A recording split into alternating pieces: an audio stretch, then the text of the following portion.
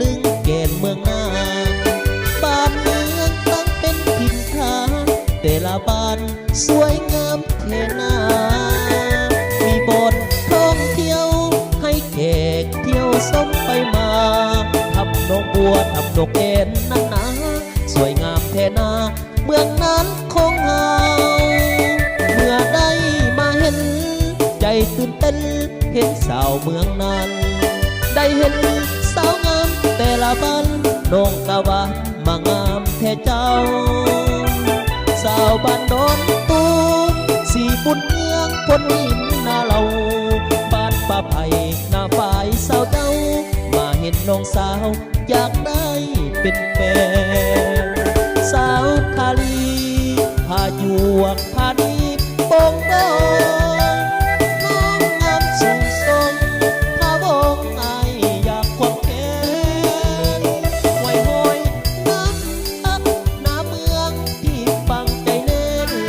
ไอนี่มาจากต่างแดนโอ้ว่าเห็นกับน้องนุ่งขาวอยากได้มาหูลึงเกณฑ์สาวเจ้าไอนี่ลงหักลงเงาน้องเจ้าผู้สาวเมืองนานไอขอปักใจของไอ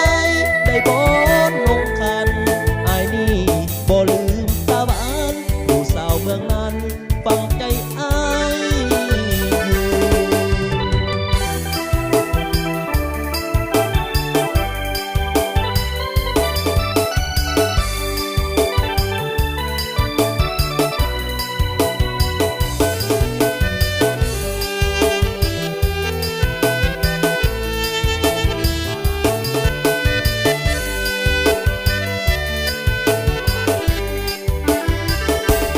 สาวพาลี